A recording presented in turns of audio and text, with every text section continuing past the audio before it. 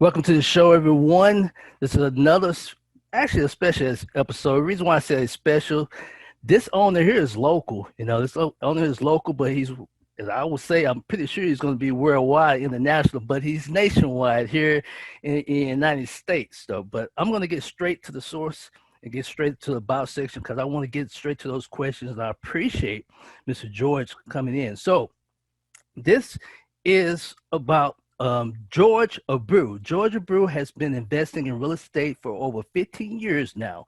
He started in single family, small multifamily properties, and eventually working his way up to 100 plus unit multifamily properties.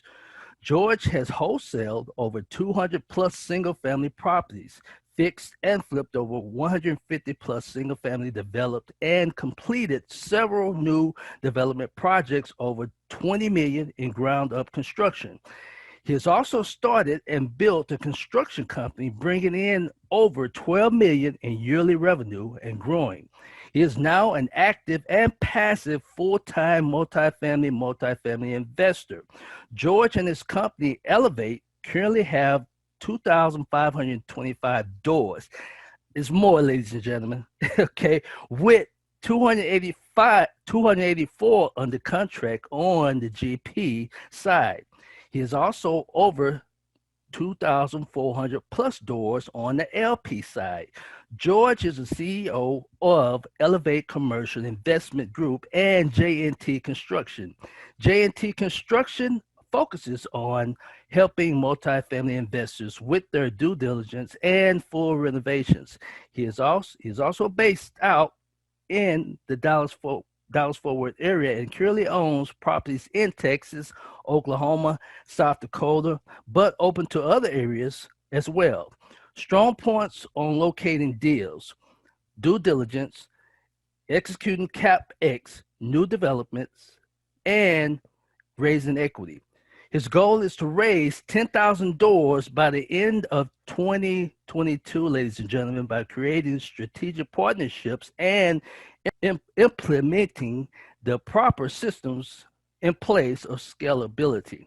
He focuses on continuing to grow his network and locate more co-GP partners, passive investors, and also clients for his construction company, and always looking forward to adding value and helping others reach their goals. Welcome to the show, George.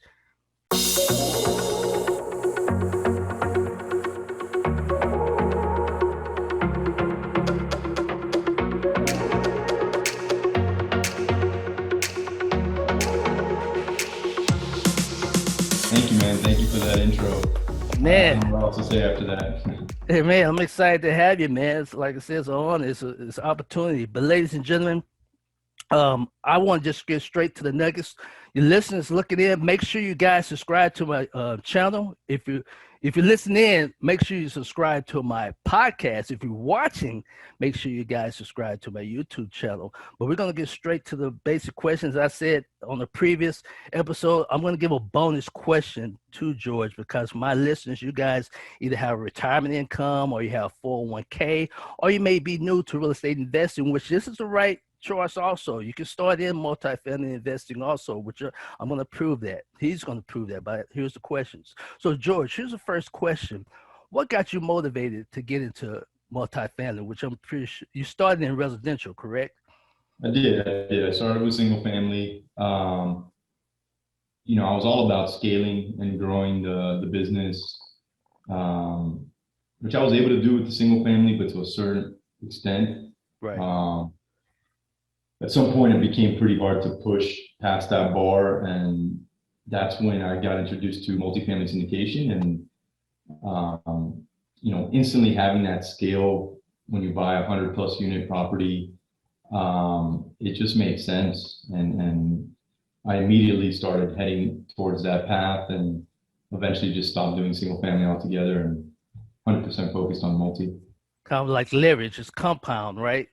But the same work a time you deal on one on 10 roofs, you can do on one. Am I correct? It's just about building a team. And you're building that wealth versus, in single family, maybe if you have a really large single family portfolio, you can build that wealth, but it's also going to take a lot of work to manage that. Okay. You got us all spread out versus multifamily where you've got them, within the same building, like you said. Sure, sure. Now I'm going to tie this in to people who have retirement income and 401k or new to real estate investing. Reason why I say I'm going to tie this in, people that have some funds or they want to invest, how did you start out? Did you start out with all cash or did you do the syndicate, which I know you was in residential, you could flip, make 15, 25, 40,000, 50,000 or whatever, but how did you start out?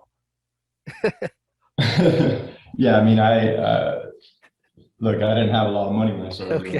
doing investments in single family. I found somebody that did, and I Okay. leveraged them, and I did all the work. They provided the funds. We did that for a while. Started creating our own funds, and then just finding private lenders, Right. let on the properties.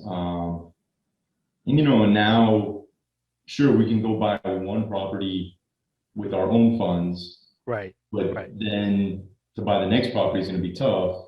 So Right. that's where we use syndications to leverage that and be able to do at a scale, right? Be able to do Right. several properties and Which, bring in other investors with us.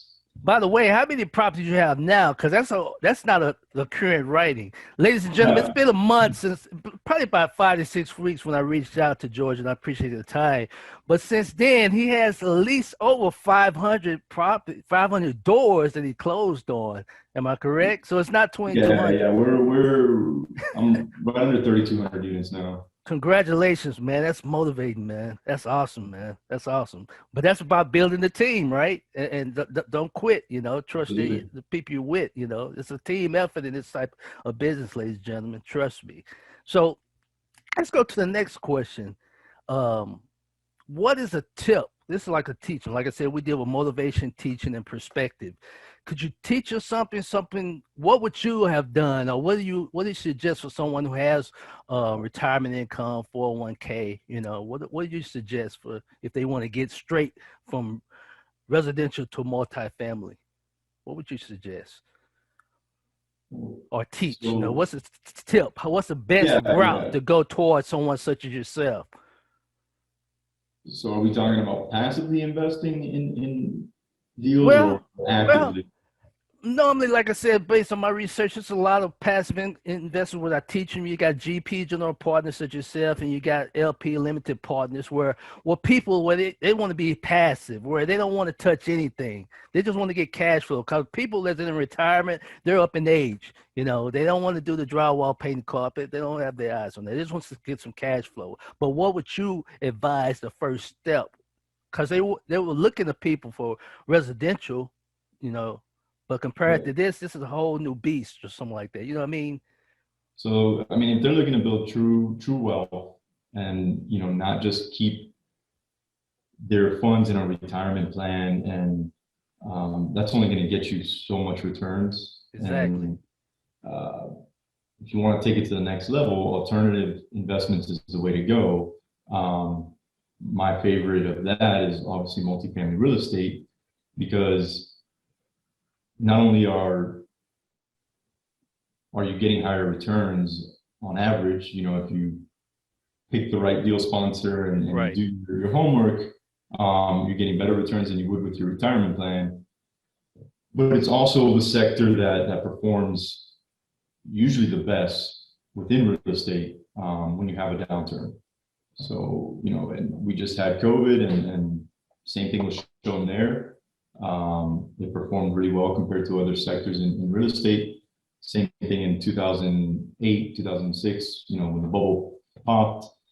Um, And would you agree so this? You can scale real estate compared to stock market and everything. Real estate is something you can scale, especially your investment. That's something that I can touch and see and feel. At least it's not going up, up and down every hour or something like that. That's what I tell and them. the difference between multifamily and single family is in single family, you're pretty much betting on appreciation.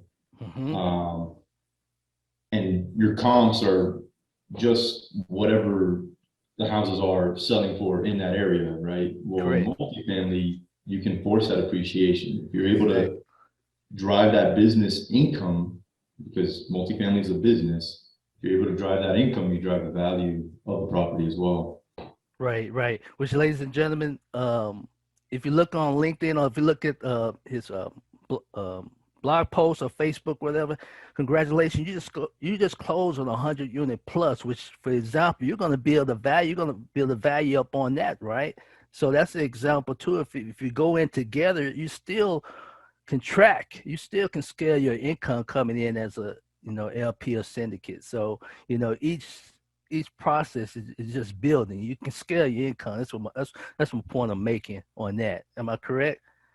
Correct. Your income and your net worth as well.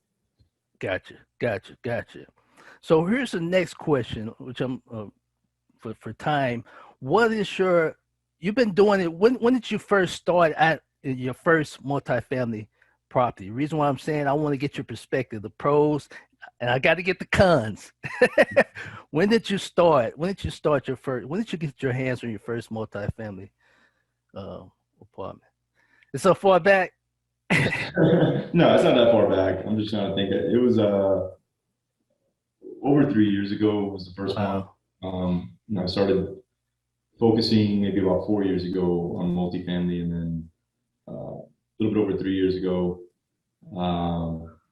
Con was that one was smaller. That one was under 100 units. It was 37 units, and Okay. it took a lot of work because of that. Because you can't afford to have the on-site staff Okay. that you can when you have 100 plus units. Okay. So I don't look at anything under 100 units anymore. Really? Yeah. Okay. Okay. Okay. Because of the staff and the flow net operating, costs. Okay. Wow. When it's a skill, right? So if your time is consumed by this one property, then how are you going to scale and give it a purchase more? So, well, I'm gonna be the advocate here. It just depends on what your goal. If you're looking to flip it or you're looking to hold it, if you're buying it through a commercial lender, you want to refi. So I'm just saying to build. So did you buy and sell it, or did you refinance it, or to get more? You buy to sell it to get more? I just think because you say it was hard. You don't touch those anymore. I will, but you don't touch those anymore. What We sold it. really? Yeah. Wow. How long did you hold it? How long did it take from completed and then get it up to par, the occupied Um, rate and all that good stuff? yeah, it's a little bit under 3 years. Really? Yeah. Okay. Okay. Did it cash flow? I mean, no, did you? Yeah, I mean, there was no, I mean, we did we executed on our business plan, and Sure. we raised the rents and we raised the value of the property. It just wasn't worth the time. I Okay. can put in less time into a 100 plus unit property, which is going to increase my net worth and my cash flow higher Sure. than focusing on this 37 unit property. Okay. Okay. Here's another bonus question to my listeners before, which you answered it pretty much before. Advice for my listeners who have 401k or 401k, Ben, what would be ideal to prepare for once they decide to join an owner or a syndicated partner such as yourself? Yeah, I mean, I would say find the deal sponsor you want to invest with, right? Okay. Do your homework, vet them out, take your time, ask for references, really dig in. And then, I even have a list of specific questions to ask a deal sponsor. Okay.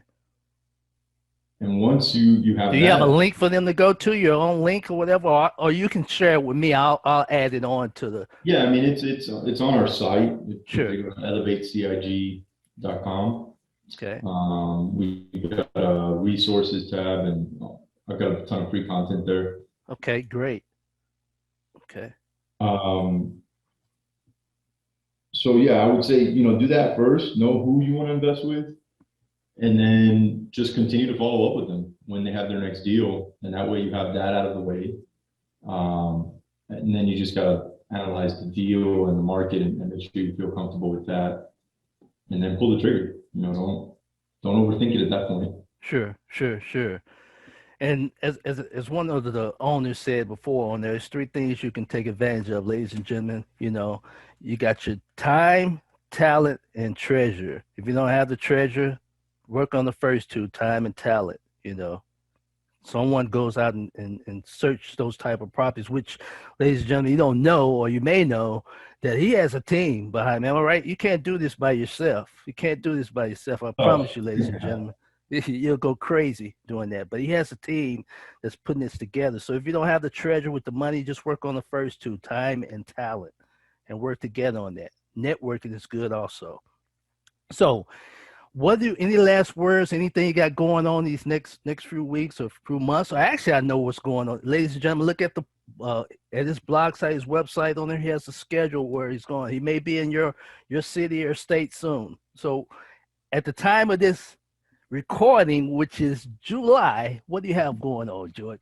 It's hard to um, grab this man, ladies and gentlemen. Next week you have 200 doors, which that's motivating them. Seriously, I'm just giving an example. How you out there, man?